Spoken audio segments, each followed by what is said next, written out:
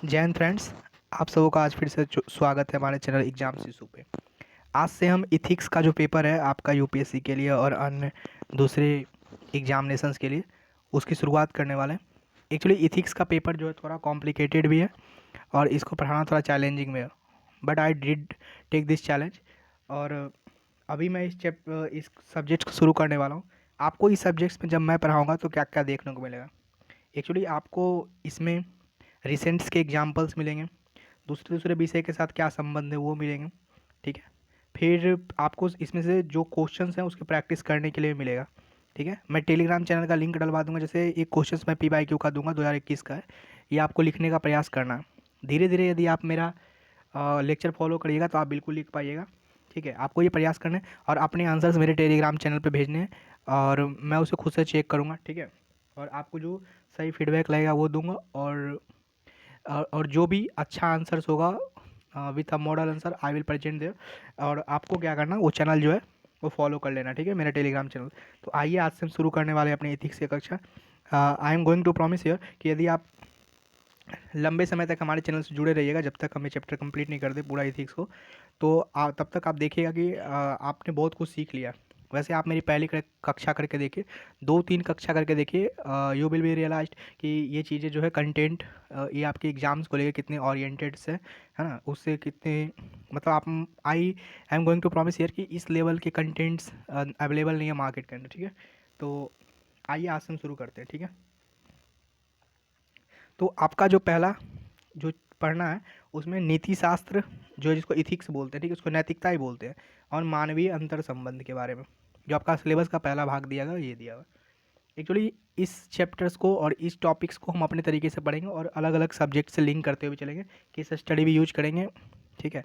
आज का पहला जो है लेक्चर है, इसमें कुछ खास लेवल का मैंने कंटेंट ऐसा इंक्लूड करा नहीं है जो बहुत टफ है, पर अगले क्लासेस से मैं ज़्यादा से ज़्यादा केस स्टडी यूज करूँगा, क्योंकि आंसर्स राइटिंग में आपको केस स्टडी ही यूज करने होंगे, ठीक है। और आपको पता है इसमें केस स्टडी के अलग से भी पोर्शंस आते हैं जहाँ पे आपको सॉल्व करने पड़ेंगे। आइए सीखते हैं हम। एक्चुअली नीति शास्त्र क्या है ये समझने से पहले मैं आपको एक छोटी सी कहानी बताता हूँ, ध्यान से देखिएगा। एक डॉक्टर साहब थे, ठीक है। तो ये डॉक्टर साहब क्या कर रहे थे, नॉर्मल थे, नॉर्मल बिहेवियर था इनका, काफ़ी अच्छा और रिस्पेक्टेड थे। इन्होंने क्या करा, एक बार इन्होंने अपनी पत्नी को, घर में टीवी देख रहे थे, अपनी पत्नी को बोला कि उनकी पत्नी कुछ काम कर रही थी जैसे शायद साउंड हो रहा था। उन्होंने अपनी पत्नी को बोला कि तुम हल्ला बंद करो और मुझे टीवी देखने दो। शायद पत्नी 1-2 बार कहने पे नहीं सुनी होगी। फिर उन्होंने गुस्से में आके अपनी पत्नी के ऐसे बाल पकड़े और दीवार पे पटक दिया, जिसकी वजह से क्या हुआ, उनकी पत्नी का डेथ हो गया। अब हम यहाँ पे एक केस आपको समझाया। अब यहाँ पे 2 पॉइंट समझिए। उस व्यक्ति के, उस डॉक्टर के दिमाग में ऐसा क्या आया, उसके इमोशंस में, उसके ब्रेन के अंदर ऐसा क्या केमिकल चेंज हुआ जिसकी वजह से उस व्यक्ति ने ऐसे एक्शंस लिए। इस बात को समझने के लिए इस सब्जेक्ट से जो डील करेगा उसे कहते हैं मनोविज्ञान, यानी साइकोलॉजी से डील करेगा। बट हम ये सोचेंगे कि उस व्यक्ति के अंदर ऐसा क्या चीज़ होना चाहिए था, उस व्यक्ति के अंतरात्मा में, उस व्यक्ति के ब्रेन में, उस व्यक्ति के मन में ऐसे कौन से वैल्यू, वैल्यू मतलब ऐसे कौन से गुण, फिलहाल गुण से समझते, वैल्यू पे मैं अलग से क्लास ही लूँगा, 2-3 क्लास। ऐसे कौन से मूल्य होने चाहिए थे जिसकी वजह से वो व्यक्ति वो कर्म करने से रोक सकता था खुद को। कुल मिला के ये बात समझ में आपको आ गई होगी। फिर से समझाता हूँ। उसने जो एक्शंस लिए वो एक्शंस क्यों लिए, इसका जवाब मनोविज्ञान देगा। लेकिन उस व्यक्ति के अंदर ऐसे कौन से मूल्य होने चाहिए थे, ऐसी कौन सी वैल्यू होनी चाहिए थी, यदि वो होता तो वो व्यक्ति शायद वैसे एक्शंस नहीं करता, उस तरीके के निर्णय नहीं लेता, और उसका परिणाम आपको पता है, उसकी पत्नी भी चली गई, उसे भी जेल जाना पड़ा, शायद उसके परिवार टूट गए होंगे, है ना। तो नीति शास्त्र जो है इसी सब्जेक्ट से डील करेगा कि एक इंसान का, एक ह्यूमंस का, ठीक है, उसके बिहेवियर में, एक ह्यूमन का व्यवहार कैसा होना चाहिए, क्या अच्छा है क्या बुरा है। उस ह्यूमन के व्यवहार के लिए, उसका एक व्यक्ति का व्यवहार है, जो काम कर रहा है, जो कर्म कर रहा है, क्या वो कर्म उचित है या अनुचित है, इस चीज़ के बारे में हम स्टडी करने वाले हैं। इसी को नीति शास्त्र कहते हैं, यानी इथिक्स कहते हैं। कुल मिला के आपको बात समझ में आ गई हुई, ठीक है। एक बार मैं फिर से एक्सप्लेन करता हूँ, क्योंकि इसका डिफिनेशन आपको समझना बहुत ज़रूरी है। इथिक्स इस बात से डील करेगा कि एक व्यक्ति जो है उसे कैसा एक्शंस लेना चाहिए, कब लेना चाहिए, किस किस परिस्थिति में लेना चाहिए, ये भी बात पे डील करेगा। ठीक है, ये तमाम चीज़ों को हम देखेंगे, इसके अलग अलग पहलू होंगे। ठीक है, आइए हम आगे बढ़ते हैं। अब आइए हम समझाते हैं आपको कि इसमें क्या पढ़ने वाले हैं। फिर हम नैतिकता का मनोविज्ञान के साथ क्या संबंध है, साइकोलॉजी से के साथ क्या रिलेशन है, ये समझेंगे। फिर कुछ केस स्टडी देखेंगे। फिर नैतिक विकास में मनोविज्ञान का क्या योगदान है, ये देखेंगे। फिर सिगमंड फ्रॉइड जो है उसने क्या कहा और यहाँ पे साइकोलॉजी से कैसे नैतिकता जुड़ जाती है कि आपको ये समझाएंगे। फिर अगला जो है हम समझाएंगे कि गांधी ने अपनी नैतिकता का विकास कैसे किया था। ठीक है, फिर हम समझाएंगे कि एक प्रशासनिक अधिकारी जो होता है उससे संबंधित कोई केस स्टडी देंगे। फिर हम समझेंगे कि नैतिकता का डर के साथ क्या रिश्ता होता है और डर नैतिकता को कैसे प्रभावित करता है। एक्चुअली इसका यूज आप तब करोगे जब आप केस स्टडी देख लेना कभी पलट के प्रीवियस ईयर का, तो आपको एक ही चीज़ देखने को मिलेगा। जितने केस स्टडी वो दे रहे सॉल्व करने के लिए, उसमें सब जगह दिखाएगा या तो नैतिकता, कोई व्यक्ति डर से कैसा निर्णय लेगा, कोई व्यक्ति लालच से कैसा निर्णय लेगा, नैतिकता का लालच से क्या संबंध है, नैतिकता का प्रेम से क्या संबंध है, यदि कोई प्रेम संबंध को रिप्रेजेंट कर देगा। आप जाकर कभी PYQ का केस स्टडी देखना, आपको यही सब थीम दिखेंगे। ठीक है, फिर अगला नैतिकता का सेक्स से साथ क्या संबंध है। इसी में हम मैरिटल रेप के मामले देखेंगे। मैरिटल रेप में हम उसके इथिकल मामले देखेंगे कि वो सही है गलत है, क्या उसके नैतिक पहलू हैं। फिर अगला देखेंगे सेक्स के साथ संबंध हो गया। बस इतना ही आज के टॉपिक में क्लियर करेंगे। फिर नेक्स्ट क्लासेस में हम नैतिकता का जियो पॉलिटिक्स पर की क्या संबंध पड़ता है, या जियो पॉलिटिक्स का नैतिकता पे क्या, इकोनॉमिक्स से क्या रिलेशन है, इन्वायरमेंट से क्या रिलेशन है। ठीक है, फिर बिजनेस से क्या रिलेशन है, जैसे आमतौर पे ट्रस्टशिप हो गया, बिजनेस पे हो गया, सवाल पूछते हैं मिक्स कर करके। तो आइए अब इससे डील करते हैं। ठीक है, नैतिकता क्या होता है। अच्छा हाँ, आपको PDF जो है हमारे टेलीग्राम चैनल से प्राप्त हो जाएंगे। हम चैनल का लिंक का डलवा देंगे, टेलीग्राम चैनल का लिंक नीचे, आप वहाँ से ज्वाइन कर लीजिएगा। अपना आंसर राइटिंग जरूर भेजिएगा और मुझे जो बेस्ट सजेशंस लेगा आई विल डू फॉर यू। और if you have any suggestions to me definitely you can comment me and आप मुझे इन्फॉर्म कर सकते हो। I will rectify that a problem whatever in myself. ठीक है, अगला नीति शास्त्र क्या होता है। एक मनुष्य का, एक स्वस्थ मनुष्य का, हेल्दी मनुष्य का जो कोई वो कर्म कर रहा है वो उचित है कि अनुचित, इस बात को जानने के लिए हम नीति शास्त्र का अध्ययन करते हैं। ठीक है, अब समझते हैं क्योंकि व्यक्ति का कैसा आचरण है और उस व्यक्ति का व्यवहार कैसा है, ये डिसाइड करेगा कि वो व्यक्ति जो है कितना नैतिक है और कितना अनैतिक है।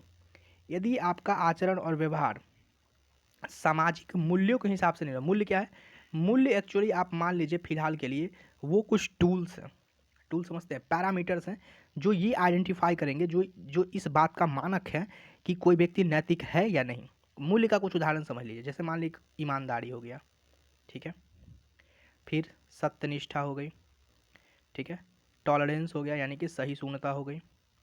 ठीक है, क्षमा हो गया, दया हो गया, और समझते हैं कुछ और एग्जांपल्स, पारदर्शिता हो गई, है ना। ये तमाम चीज़ों को मूल्य कहते हैं, यानी कि ये टूल्स हैं, ये पैरामीटर्स हैं जिससे हम ये आइडेंटिफाई कर पाएंगे कि whether this person is moral और इथिकल और नॉट।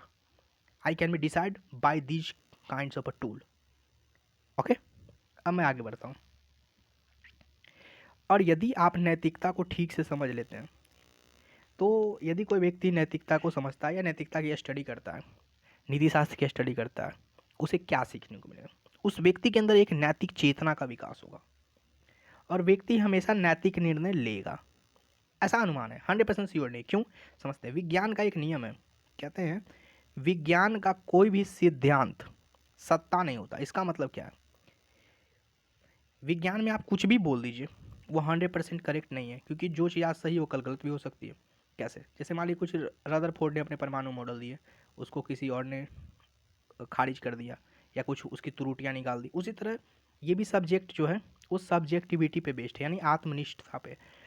हो सकता है किसी एक समाज के लिए कोई अच्छा मूल्य हो, दूसरे के लिए नहीं हो। जैसे समझते हैं किसी समाज के लिए लोकतंत्र एक मूल्य है, मतलब मान लेते हैं लोकतंत्र का कुछ मूल्य है कि समानता चाहिए, इक्वलिटी चाहिए, जस्टिस चाहिए। हो सकता है तालिबान में इस मूल्य का पालन नहीं हो रहा हो या तालिबान वाले इस चीज़ को नहीं मानते हो। हम चाहते हैं कि औरतों को फ्रीडम होनी चाहिए, हो सकता है तालिबान वाले इस बात को मानने के लिए तैयार नहीं हो। तो वो समाज के हिसाब से, परिस्थिति के हिसाब से ये चीज़ें बदल जाएगी। पर कुछ मूल्य सार्वभौमिक होते हैं, अर्थात कुछ ऐसे नैतिक मूल्य होते हैं जो संसार के लगभग लगभग सारे जगह पे स्वीकार्य होते हैं। क्यों? ये मूल्य को बनाया किसने? ये मूल्य को हमारे समाज ने, हमारे कानून व्यवस्था ने, हमारे देश ने, हमारे परिवार ने और हमारे पूरे आसपास के वातावरण ने बनाया। मैं आपको एक्चुअली एक बात समझाता हूँ। एक व्यक्ति का निर्माण कैसे होता है, ठीक है? एक व्यक्ति का निर्माण जो होता है समाज के हिसाब से होता है, अनुभव से होता है और ज्ञान से होता है। इस तीनों के इंटरसेक्शन पे जो मैच कर रहा है, इसी से एक व्यक्ति का निर्माण होता है। एक व्यक्ति के चरित्र का निर्माण होता है यहीं से, एक व्यक्ति के व्यवहार का निर्माण होता है यहीं से, एक व्यक्ति के सोच का निर्माण होता है यहीं से, और एक व्यक्ति के पूरे जीवन का निर्माण यहीं से होता है। इमोशन इज़ द एवरीथिंग एक बुक है, वो कहता है कि आपके 80% जो डिसीजंस हैं आपके पुराने कुछ डिसीजन से कनेक्टेड है, यानी कि आपके इमोशन से कनेक्टेड है। थॉट को लेके भी वही प्रॉब्लम्स है, जैसे जो ओवर थिंकिंग के इलाज होते हैं उसमें कहते हैं कि आप थॉट को कभी ऑब्जर्व किया, आपको चलेगा कि आप 80% वही बात सोचते हैं जो आप पिछले कई एक हज़ारों बार सोच चुके होंगे। समझ रहे हैं? यानी आप उसी बात को बार बार क्यों सोच रहे हैं, ये समझने वाली बात है। इसलिए सोच रहे हो कि आपके समाज ने, आपके इन सांसारिक चीज़ों ने, आपके वातावरण ने आपके अंदर उस तरह के थॉट को सोचने के लिए मजबूर कर दिया, या जाने अनजाने में आपको न चाहते हुए भी वो चीज़ आपके दिमाग में बैठ गई, इसीलिए आप उस चीज़ के बारे में ऐसा ही सोच रहे हैं। ठीक है?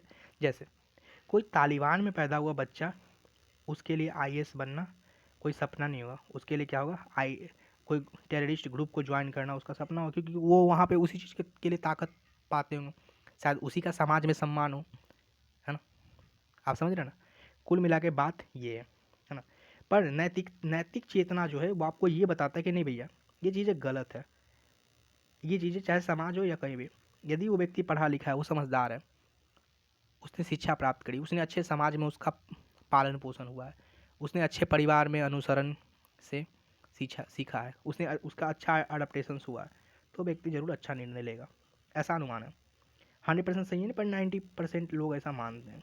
इसीलिए 250 मार्क्स आपके लिए यूपीएससी के पेपर में इसके लिए डेडिकेटेड किए गए। एम आई राइट? अब मैं आगे बढ़ता हूँ, तो आइए बढ़ते हैं आगे। अब हम आपको समझाते हैं एक चीज़। अब हम समझते हैं एक सेकंड के लिए कि नैतिकता का मनोविज्ञान से क्या संबंध है, साइकोलॉजी से क्या संबंध है। एक्चुअली कोई व्यक्ति कैसा नैतिक निर्णय लेगा वो उसके साइकोलॉजी पे डिपेंड करेगा ना। यदि कोई व्यक्ति का मनोविज्ञान ठीक नहीं है, यानी वो व्यक्ति यदि मान ली मानसिक रूप से बीमार है, अभी अवसाद डिप्रेशंस में है, एंजाइटी झेल रहा हो, किसी तरह का सामाजिक प्रॉब्लम्स झेल रहा हो, या व्यक्ति खुद अपने मानसिक कष्ट दर्द में, आप उससे कैसे अपेक्षा कर सकते हो कोई व्यक्ति नैतिक निर्णय लेगा? जरा बताइए हमें। कर सकते हैं? नहीं कर सकते हैं। समझ रहे हैं? कोई व्यक्ति भूखा है, जाहिर सी बात है आप उसको नैतिक नहीं बना सकते, वो चोरी करके रोटी खाएगा, उसको जरूरत पड़ने पर इंसान की प्रवृत्ति, अब जबकि चोरी करना पाप है, गलत है, अनुचित है, अनैतिक है, बावजूद वो ऐसा कर्म करेगा। क्यों? क्योंकि उसका मनोविज्ञान, उसकी साइकोलॉजी फिलहाल भूख का डिमांड कर रही है, उसका पेट भरा नहीं है अभी।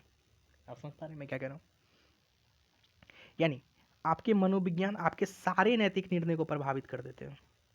अगला, और आपका नैतिक विकास में मनोविज्ञान का योगदान है। यदि आप भूखे नहीं, पेट भरा हुआ है, आपका जीवन में बेसिक्स नीड पूरे हो चुके, तो अब जाहिर सी बात है आप अच्छाई बुराई को समझने लगोगे। शायद ही ऐसा रेयर केस हुआ कोई भी भूखा आदमी इस बात पे नैतिक हो कि मैं चोरी नहीं करूँगा, मैं भूखा मर जाऊँगा, शायद ही ऐसा कोई हो। पर ये आम इंसान की बस की बात नहीं है। ठीक है? बहुत उच्च कोटि के लेवल के लोगों की बात है। जैसे सुकरात का मैं आपको जानता हूँ, जो सुकरात था, सोक्रेटिस था, उसे जेल की सज़ा हुई थी, पर वो उस जेल से इसलिए नहीं भाग पा रहा है। वो कहता है, सुकरात कहता है कि हम जेल से यदि भाग गए, ठीक है, तो ये जो आपने कानून बनाया है ना, हमने कानूनी नैतिकता जो बनाई है, ये जो कानून है ये इसका उल्लंघन माना जाएगा, और इसीलिए वो मौत को गले लगाता। ये अलग लेवल है, आप समझ पा रहे होंगे, है ना? पर आम इंसान की बस की बात नहीं। जैसे मैं समझता हूँ, एक बुक में आपको कहानी सुनाता हूँ छोटी सी, फिर आप समझ जाइएगा। कहानी इसलिए क्योंकि कहानी से, केस स्टडी से आप ज़्यादा सीख पाओगे। ये सब्जेक्ट केस स्टडी बेस्ड चाहिए।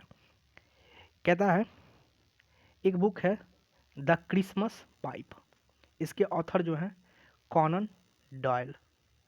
कहानी ये कहता है कि ये एक शेरलॉक होम्स नाम का एक व्यक्ति है, उस पर कोई हत्या का मामला है और समझते हैं शेरलॉक होम्स जो है वो किसी हत्या के मामले को देख रहा है। उसने अपने मनोविज्ञान का प्रयोग करके अपराध के दृश्य का विश्लेषण किया और अपराधी के मनोविज्ञान को समझा और साक्ष्यों का विश्लेषण करके उसने अपराधी को पकड़ लिया। ध्यान समझिए, एक अपराधी है, उसको शेरलॉक होम्स नाम के व्यक्ति ने पकड़ा। कैसे पकड़ा? क्योंकि एविडेंस मौजूद नहीं थे, पुलिस को कुछ भी जानकारी मिल नहीं पा रही थी। अब एक व्यक्ति मनोविज्ञान का यूज करके कैसे नैतिकता को स्टेब्लिश कर रहा है ये समझना जरूरी। समझते कैसे?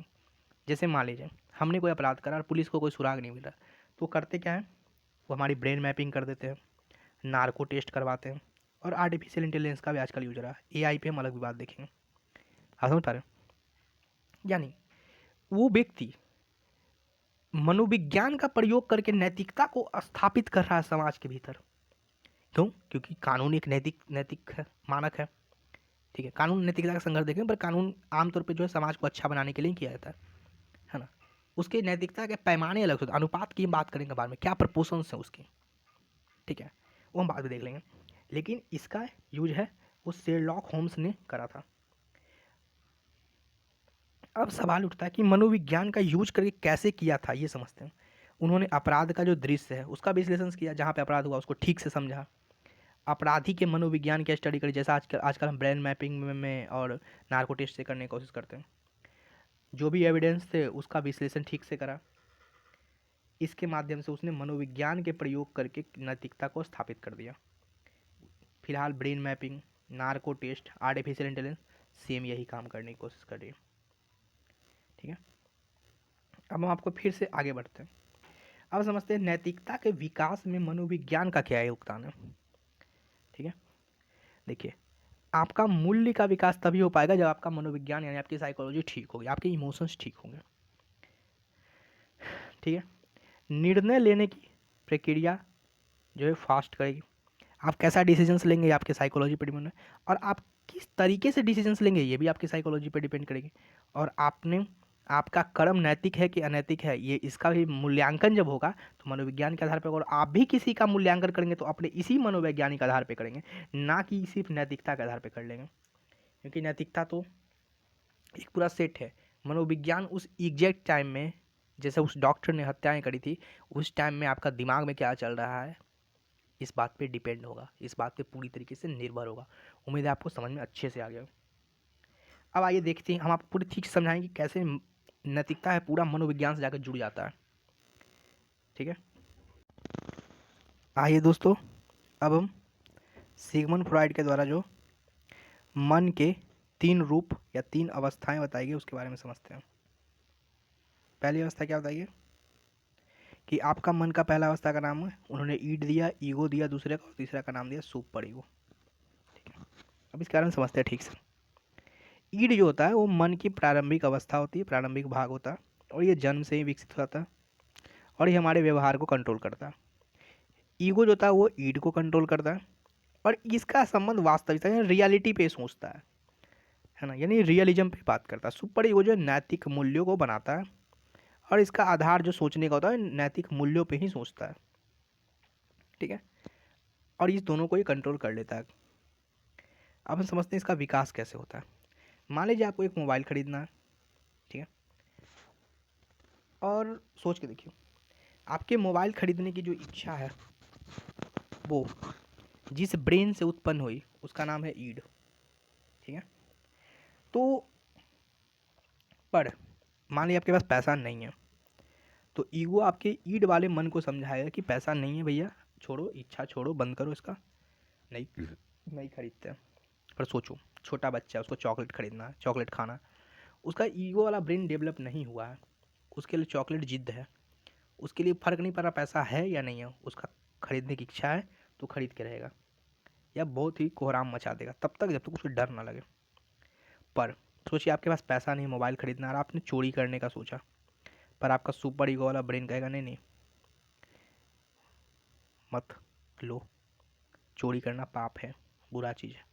यानी आपके नैतिक मूल्य ने, आपके सुपर ईगो ब्रेन ने आपको ईड और ईगो पे कंट्रोल करने में मदद करी। उम्मीद है आपको ये कहानी के माध्यम से छोटी सी समझ में आ गया होगा। अब हम आइए आगे बढ़ते हैं। अब कोई व्यक्ति जो है सुपर ईगो का विकास कैसे कर सकता है अपने अंदर। देखिए, आपको अपना सुपर ईगो वाला ब्रेन विकसित करना है। आप क्या करिए, नैतिक चेतना का विकास कीजिए। नैतिक चेतना क्या है? ऐसी समझदारी जो आपको ये बताए क्या नैतिक है, क्या अनैतिक है, मोरल इमोरल। इसके लिए आपको नैतिक शिक्षा लेनी पड़ेगी, ना इथिक्स की स्टडी करनी पड़ेगी, मेरे से खासकर। और आपको नैतिक व्यवहार का अभ्यास करना पड़ेगा। अब हम समझते हैं महात्मा गांधी ने अपने सुपर ईगो ब्रेन को कैसे डेवलप किया था। इसके बारे में ठीक है समझने की कोशिश करते हैं। एक्चुअली मैं आपको महात्मा गांधी समझते एक केस स्टडी बताता हूँ। महात्मा गांधी ने का बुक है माई एक्सपेरिमेंट विद ट्रुथ। उन्होंने उसमें लिखा कि जब वो विदेशों में थे, उन्हें वहाँ पे कोई स्त्री से समझिए थोड़ा सा दिल आ गया होगा उन पे, और वहाँ पे महात्मा गांधी ने क्या करा, उन्हें अपनी पत्नी कस्तूरबा को धोखा देना, या उनका सुपर ईगो वाला ब्रेन जो मन में नैतिक अनैतिकता का भाव था वो जाग गया। और उन्होंने उस लेडीज को चिट्ठी लिख के कहा कि देखिए मेरी एक पत्नी है, मैं शादीशुदा हूँ, मैं झूठ नहीं बोल सकता। और उन्होंने एक्सेप्ट करा और इसे हटा दिया। यानी उस व्यक्ति का सुपर ईगो वाला ब्रेन जो है उसका विकास हो चुका था तब तक। अब समझते सुपर ईगो वाला ब्रेन आपको विकसित करना है, गांधी जी कैसे करा वो समझते हैं। उन्होंने आत्मविचार पे काफ़ी ध्यान दिया, नैतिक मूल्यों का पालन किया। आत्मविचार पे कैसे ध्यान समझते हैं आप, गांधी की यदि पढ़े होंगे हिस्ट्री में, तो उनकी जो पूरी राजनीति थी वो संघर्ष, विराम और संघर्ष के नाम से आनी थी। यानी पहले वो एक कुछ दिन पॉलिटिक्स करते थे, आंदोलन करते फिर बंद करते थे, फिर करते थे फिर बंद करते थे। इसी को कहते हैं संघर्ष, विराम और संघर्ष की। तो वो जो बीच का टाइम था ना वो आत्मविचार के लिए ही लेते थे। फिर उन्होंने अपने जीवन में कुछ जैसे सत्य, अहिंसा, सत्याग्रह, उन्होंने जो ये सब चीज़ें बनाई थी उनके नैतिक मूल्य थे, उसका पालन करते थे। और उनका सेल्फ कंट्रोल था, उसके लिए वो फास्टिंग वगैरह करते थे। और उनका आध्यात्मिक विकास जो गीता पे भी स्टडी करते थे, गीता की काफ़ी फैन थे वो। उम्मीद है आपको समझ में आएगा गांधी के बारे में। एक और कहानी मैं बताता हूँ आपको, नमक का दरोगा में सुपर ईगो की क्या भूमिका है। ये प्रेमचंद के द्वारा लिखी गई। ये जो एक दरोगा है, ये अवैध व्यापार को रोकता है। ये चाहेगा तो घूस ले सकता, बहुत ऑप्शन है इसके पास। एक ऐसा ही एक छोटा सा और कहानी है जहाँ पे सुपर ईगो ब्रेन ने आपको हेल्प करा था नैतिकता को बचाए रखने के लिए। वो कहानी है सज्जनता का दंड।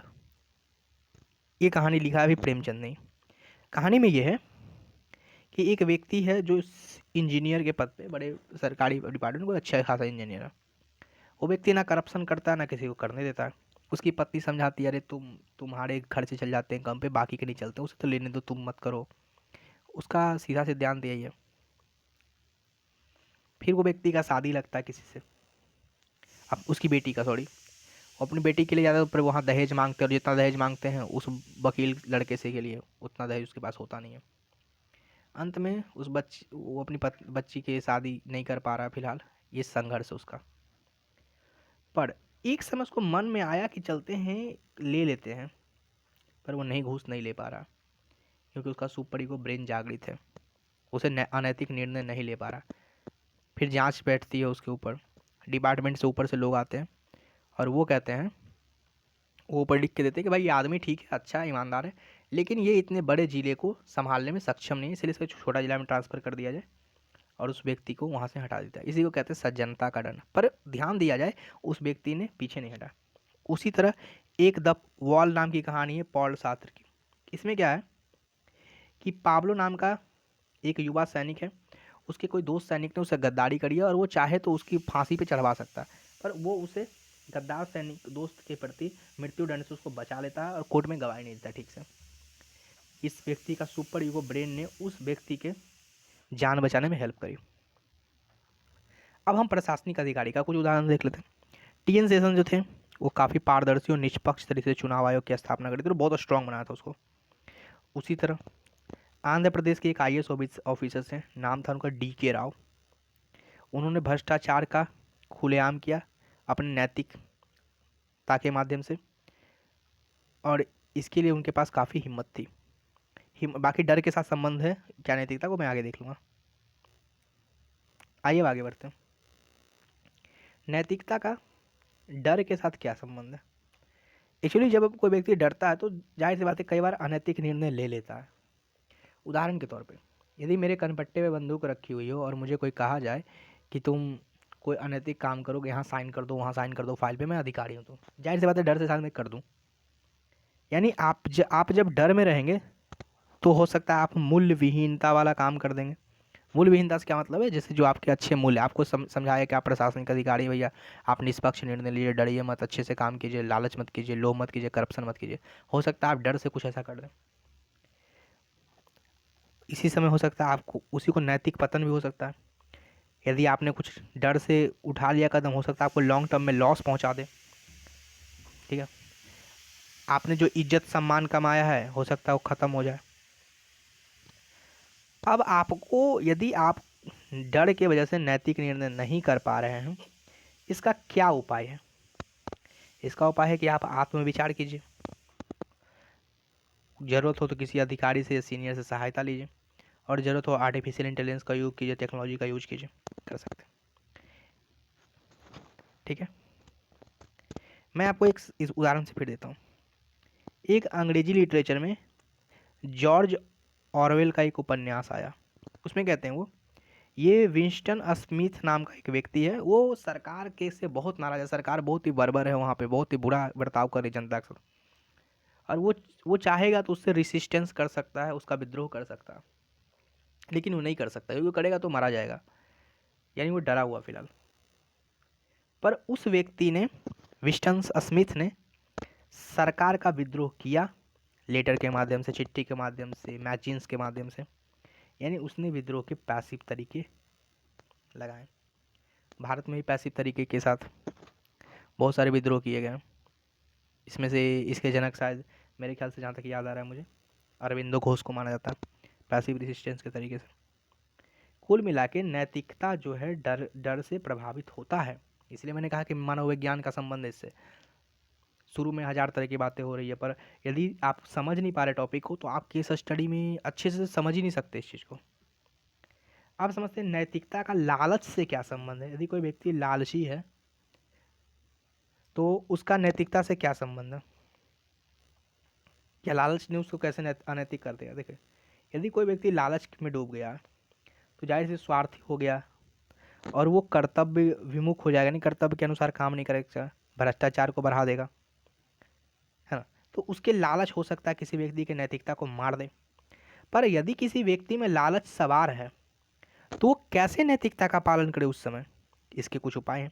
देखिए, आप लालच करिए, आप सिस्टम में रहिए, लालच कीजिए, कोई दिक्कत नहीं, पर एक बार उस लालच के प्रभाव का मूल्यांकन कर लीजिए कि उस लालच की वजह से जो रिजल्ट होगा, आप सोचिए कितने लोगों को प्रभावित कर देगा। आपका सम्मान जो समाज में बना है वो सारा मिट जाएगा, जो पैसे कमाए होंगे करप्शन से ईडी वाले घसीट लेंगे, जेल जाइएगा। आजकल पूजा सिंघल का नाम फेमस इस मशहूर हो गई। फिर आपको नैतिक समर्थन प्रणाली का विकास करना चाहिए। ऐसे लोगों को ढूंढना चाहिए जो आपको मोरली सपोर्ट करे इस चीज़ में। आप इमोरल लोगों के पास बैठ रहे हैं, अनैतिक आदमी के पास बैठ रहे हैं, जाहिर सी बात हो गई, अरे ले लो घूस ले लो, क्या देता है, कुछ नहीं होता, एक बार लेने से क्या होता है, ऐसे।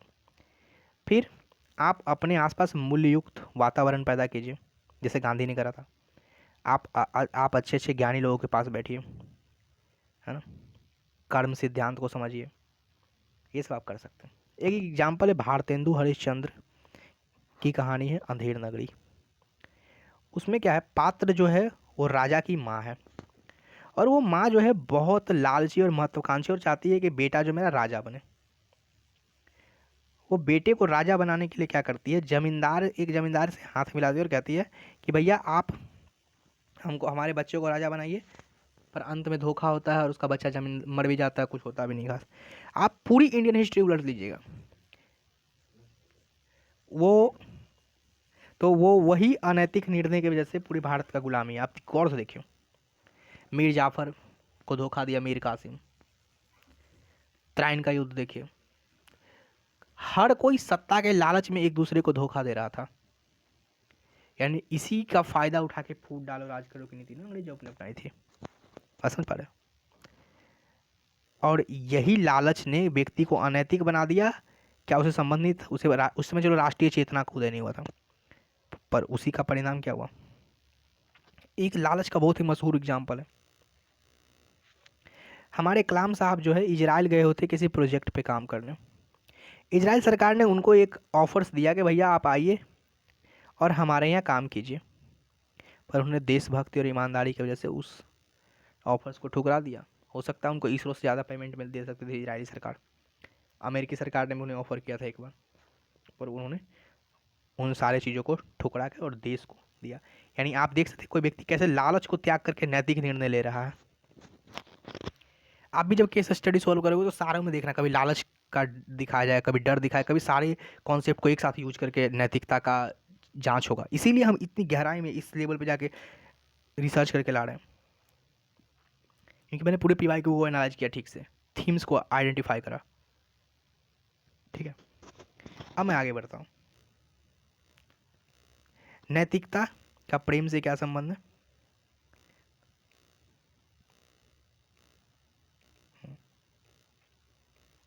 आइए नैतिकता का प्रेम से संबंध देखते हैं। कई बार आपको एक केस स्टडी में इसका दिखेगा, इसीलिए इसको ठीक से समझना जरूरी है। जैसे जो नैतिकता होता है ना, वो प्रेम को ही प्रभावित करता है और प्रेम नैतिकता को प्रभावित करता है, समझते हैं कैसा? यदि कोई व्यक्ति प्रेम में नैतिकता का पालन करता है तो क्या होगा? उसकी प्रेम की गहराई बढ़ जाएगी, प्रेम में पवित्रता आ जाएगी, प्रेम में स्थिरता आ जाएगी, उसका विश्वास बढ़ेगा एक दूसरे के प्रति, नैतिक मूल्यों का मूल्यांकन होगा ठीक से। इसके ठीक से नैतिक मूल्यों का मूल्यांकन कैसे होगा? एक्चुअली यदि व्यक्ति नैतिक है, जैसे मैंने डॉक्टर वाले एग्जाम्पल में बताया था, उसका प्रेम रहता ना ज़्यादा गहरा अपनी पत्नी के साथ, तो नहीं मारता उसको, हत्या नहीं करता, वो कोई भी नैतिक सिद्धांत का उल्लंघन नहीं करता। यदि वो नैतिकता से प्रेम करता तो नैतिक संघर्ष से बच सकता था, उसके अंदर टॉलरेंट बिहेवियर होता था, माफ़ करने की क्षमता, तो शायद कोई बड़ी बात नहीं थी पत्नी का हल्ला करना, टीवी देखने में डिस्टर्ब करना। जैसे आप देखिएगा विलियम शेक्सपियर का एक नाटक है रोमियो और जूलियट, उसमें प्रेम का बहुत गहरा चीज़ दिखाया गया, कैसे परिवार की दुश्मनी की वजह से और वो लोग बच्चे लोग नैतिक संघर्ष से जूझ रहे, दोनों परिवार के बीच में आपसी दुश्मनी, दोनों शादी नहीं कर पा रहे हैं काफ़ी। हिंदी साहित्य में भी एक कहानी है टूटना, उसमें भी सेम ही कॉन्सेप्ट है। टूटना कहानी को मैं एक सेकंड में एक्सप्लेन करता हूँ। एक लड़की है, उसका किसी से ब्रेकअप हुआ जस्ट, वो किसी दूसरे लड़के के साथ संबंध में, उसके साथ उसका पैचअप हो गया, मानी उसने रिलेशन बना ली। अब ये लड़की जाती है यहाँ, इस लड़की पुराने लड़के को उस शहर में मिलती है। अब ये लड़का इस लड़की का फिर से प्रेम इसी के प्रति जागने लगता है। अब ये लड़की प्रेम और अनैतिकता के बीच का जो संघर्ष झेल रही है ना, वो बहुत भयानक है। उसकी मनोदशा, मनु भंडारी ने इस कहानी को लिखा है, बहुत भयानक है। पर अंत में इस लड़का की तरफ से कोई विशेष रिप्लाई आता नहीं है, फिर ये लड़की वापस इसी पे शिफ्ट हो जाती है। ये मनोदशा खतरनाक है। अब यदि प्रेम आपके नैतिकता को प्रभावित कर रहा है तो आप कैसे समाधान कर सकते हैं? आप फिर से आत्मविश्लेषण कीजिए, विकल्प का मूल्यांकन कीजिए, आपके पास क्या क्या ऑप्शंस हैं, क्या उस प्रेम में आपके पास क्या क्या ऑप्शंस हैं। आप संचार और समझ स्थापित कीजिए और सलाहकार से सलाह लीजिए। यदि आप प्रेम में इस तरीके से नैतिकता का पालन करते तो आपको क्या क्या परिणाम मिलेंगे? आपका रिश्ता बच जाएगा, ब्रेकअप के बाद भी व्यक्ति संभल जाएगा, प्रेम के कारण आत्महत्याएं बचेगी, अवसाद मानसिक स्वास्थ्य ठीक होगा। आत्महत्या से रिलेटेड एक कहानी प्रेमचंद की भी है, उसमें एक लड़का है अपनी गर्लफ्रेंड को शादी का वादा करता है, परंतु कास्ट को लेके उसके फादर मानते नहीं और अंत में लड़का मना कर देता है, फिर लड़की सुसाइड कर लेती है। प्रेमचंद की कहानी है, मैं कहानी का नाम भूल रहा हूँ अभी, उसमें बताया गया इस बात को। कुल मिला के आप देख सकते हैं कि प्रेम का नैतिकता से क्या संबंध है, नैतिकता को कैसे प्रभावित कर रहा है, और ये व्यक्ति प्रेम में पड़ा हुआ है, अनैतिक कर रहा है, तो उसका निर्णय ऐसे ले सकता है। उसके परिणाम का मूल्यांकन कीजिए, आप उसके सब चीज़ को समझिए ठीक से। ठीक है, अभी मैं इसका यूज करने के लिए प्रैक्टिकल जो आपको सिखाऊंगा तो आप समझ गए। अब समझते हैं नैतिकता का सेक्स के साथ क्या संबंध है, इसको ठीक से समझिए। नमक के दरोगा कहानी में क्या है, पंडित अलोपुदीन नाम का एक व्यक्ति है, वो धार्मिक व्यक्ति है, लेकिन अपनी पत्नी के प्रति उसका प्रेम नहीं है, पर उसी के पत्नी की गर्लफ्रेंड, पत्नी की सहेली से उसका आकर्षित है और उसके साथ वो संबंध स्थापित कर रहा है, और फिर वापस से वो अपनी पत्नी से और उस गर्लफ्रेंड के बीच को मैनेज करने में लगभग पगला जा रहा है। उसका नैतिकता का पतन हो रहा है, पर गांधी का नहीं हुआ था। ठीक है, अब इसमें समझिए मूल्य क्या क्या है। यदि कोई व्यक्ति सेक्स में नैतिकता का पालन करना चाहता है तो उसके पास कौन कौन से वो नैतिकता का मूल्य होना चाहिए, कौन कौन से वो नैतिकता होनी चाहिए। पहला, जिस पार्टनर के साथ वो सेक्स कर रहा है उसके साथ उसकी सहमति होनी चाहिए, संबंधों की गहराई होनी चाहिए, नैतिक मूल्यों का रोपण समाज में करना चाहिए, तभी तो इससे समाधान हो सकता है। अब समझते हैं इसका समाधान। व्यक्ति का विचार और व्यवहार जो है परिवर्तन होना चाहिए, हो तो दवा भी लीजिए कई बार। समूह थेरेपी एक अच्छा एग्जाम्पल्स होता है। समूह थेरेपी में क्या होता है कि जैसे लोग अपने सेक्सुअल डिजायर को रिप्रेजेंट करते हैं किसी के सामने, आप स्ट्रेस को मैनेज कीजिए, सेक्स एजुकेशंस को बढ़ावा दीजिए और एटसेट्रा, क्योंकि तभी तो रेप के जो केसेस आ रहे हैं समाज के अंदर वो हट सकते हैं। नैतिकता के माध्यम से एक समाधान इसका ये है। जैसे मैरिटल रेप एक बहुत ही कंट्रोवर्शियल चीज़ है। मैरिटल रेप में क्या हो रहा है, इसको हम नैतिकता के चश्मे से देखते हैं क्या होता है। मैरिटल रेप में पत्नी की मर्जी नहीं है, पति फिर भी संबंध स्थापित कर रहा है। काफ़ी दिल्ली हाई कोर्ट ने भी कई बार डिसीजंस दिए, सुप्रीम कोर्ट में मामला जा रहा है, बहुत पूरी दुनिया भर में विवाद चल रहा है, कुछ लोगों ने इसे बैन किया, कुछ नहीं भी कर पा रहे हैं, है ना। अलग अलग कोर्ट्स, यहाँ तक कि जज में भी नहीं बन रहा। अभी तो देश काफ़ी पीछे है, थोड़ा टाइम लगेगा। ठीक है, तो इसमें भी तो नैतिक मुद्दे हैं ना भाई। क्या क्या, सहमति की कमी है, अगला पार्टनर आपके साथ सेक्स करना नहीं चाह रहा, आप ज़बरदस्ती कर रहे हैं। शक्ति का दुरुपयोग है, पुरुष प्रधान समाज जो है वो अपनी शक्ति का दुरुपयोग कर रहा है सिर्फ इसलिए। इक्वालिटी कम घट रही है, सोशल जस्टिस कहाँ मिल पा रहा है लोगों को। इन सारे नैतिक मुद्दे का समाधान तो है ना, ये जो जितने आप नैतिक मुद्दे उत्पन्न कर दिए मैरिटल रेप वाले केस में, इसका समाधान कौन करेगा और कैसे करेगा, उसका मैंने आपको एग्जाम्पल बताया। ठीक है, एक क्वेश्चन देखते हैं। कहता है, हम बाहरी दुनिया में तब तक शांति प्राप्त नहीं कर सकते जब तक भीतरी शांति प्राप्त नहीं कर लेते। 2150 शब्द में आपको लिखना है, 2021 में पूछा गया सवाल। अब ध्यान समझिए, बाहरी दुनिया क्या है जहाँ आप जी रहे हैं, और भीतरी दुनिया क्या है, आपका मन। मन में हमने ईड, ईगो, सुपर ईगो की बात करी, उसमें अशांति है। इसका क्या मतलब है, आपका ईगो है, आप तो इनटॉलरेंट है, आप जो है लालच में है, डर में है, आप कोई मानसिक प्रॉब्लम से जूझ रहे हैं, आप ब्रेकअप से जूझ रहे हैं, कोई भी ऐसा प्रॉब्लम हो सकता है जो आपको, ये सवाल IAS 2021 में पूछा गया, जो आपको समाज में निर्णय लेने से रोक रहा है, आपको खुश रहने नहीं दे रहा है, आपको शांत रहने नहीं दे रहा है। उन सारे प्रॉब्लम्स को आइडेंटिफाई करिएगा, ऊपर से देख देख के भी कर लीजिएगा थोड़ा सा। जब तक आप भीतर, शरीर के मन को, अंदर शरीर के भीतरी जगत को आप शांत नहीं करिएगा, बाहरी जगत में कैसे अपेक्षा कर सकते हैं कि आपको शांति प्राप्त हो जाएगी। नहीं होगी भैया, कभी नहीं होगी। तभी तो कोई व्यक्ति जेल में भी रह के खुश है और कोई व्यक्ति बाहर रह के भी खुश नहीं है। एक उदाहरण मैं बताता हूँ।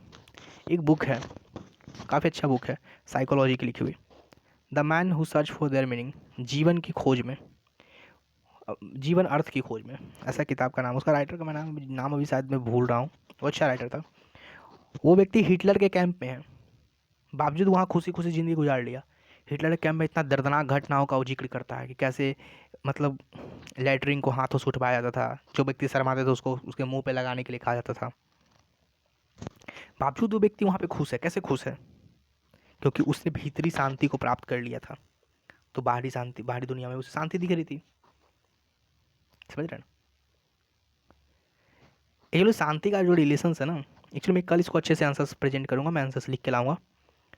ठीक है, पर अभी हम आपको थोड़ा थोड़ा और एक्सप्लेन करते ताकि अच्छे समझ में। द पावर ऑफ नाउ नाम की एक बुक है। वो बुक कहता है कि जो आपके भीतर अशांति है ना, वो किसी स्टिमुलस का परिणाम है। मैं समझाता हूँ आपको फिर से एक बार। जैसे मान लीजिए कोई स्टिमुलस आया, स्टिमुलस तो कोई उत्तेजक, और आपने कुछ रिएक्शंस दिए। ठीक है, जैसे मैं गाली दिया और आपने मेरे पे गोली चलाई या थप्पड़ मारी, ये स्टिमुलस हुआ, और आपके रिएक्शंस जो है वो क्या हुए, आपके रिएक्शंस परिणाम हुए, काउज एंड इफेक्ट। ठीक जैसे उस डॉक्टर ने करा था। यानी आपका यदि हमारा भीतरी जगत आपका शांत होता तो हमारे गाली पे आपको रिएक्टिव नहीं होना चाहिए था, बल्कि प्रोएक्टिव होना चाहिए था। आप विश्लेषण करते कि भाई चलो गाली दिया ना, कोई बात नहीं, डील कर लेंगे, बाद में इसको देख लेंगे। इसके लिए क्या गोली मार देनी सही है? मेरी हत्या कर देनी सही है? और मेरी हत्या करके आपको, आपने जो उस गाली से, जो ईगो की वजह से अपने जो नुकसान पहुंचाया, क्या उसकी कीमत बस अदा हो सकती है? नहीं हो सकती। कुल मिला के आपको भीतरी दुनिया में शांति प्राप्त करनी पड़ेगी, तभी आप बाहरी दुनिया में खुश रह पाएंगे। ठीक है, इसका आपको विश्लेषण करना है। विश्लेषण कैसे करेंगे? आप इसके बारे में उदाहरण प्रस्तुत करेंगे, केस स्टडी देंगे, पॉजिटिव नेगेटिव पॉइंट्स लिखेंगे, समाधान देंगे, है ना। कोई एक्सपीरियंस हो पर्सनल तो वो भी लिख सकते हैं। तो उम्मीद है आपको कैसे लिखना है मैंने एक आपको रोड में प्राप्त मतलब प्रदान किया है। आप प्रयास करिए, आंसर्स को हमारे चैनल पे भेजिए, टेलीग्राम चैनल पे। मैं उसे चेक करूँगा। ठीक है, आवश्यकता पड़ने पर पर्सनली टॉक भी कर लूँगा, है ना, कभी चैट खोलूँगा। जो भी संभव प्रयास होंगे I will do for all of you, because this paper considered 250 marks, है ना, which is a higher in the UPSC examinations, especially for the Hindi medium candidates. I actually I had been perceived that this level of the content is not available in the Hindi medium, but now I am trying to provide such kind of things to all of you.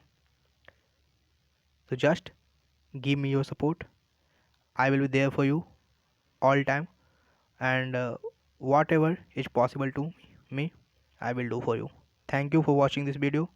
Thank you.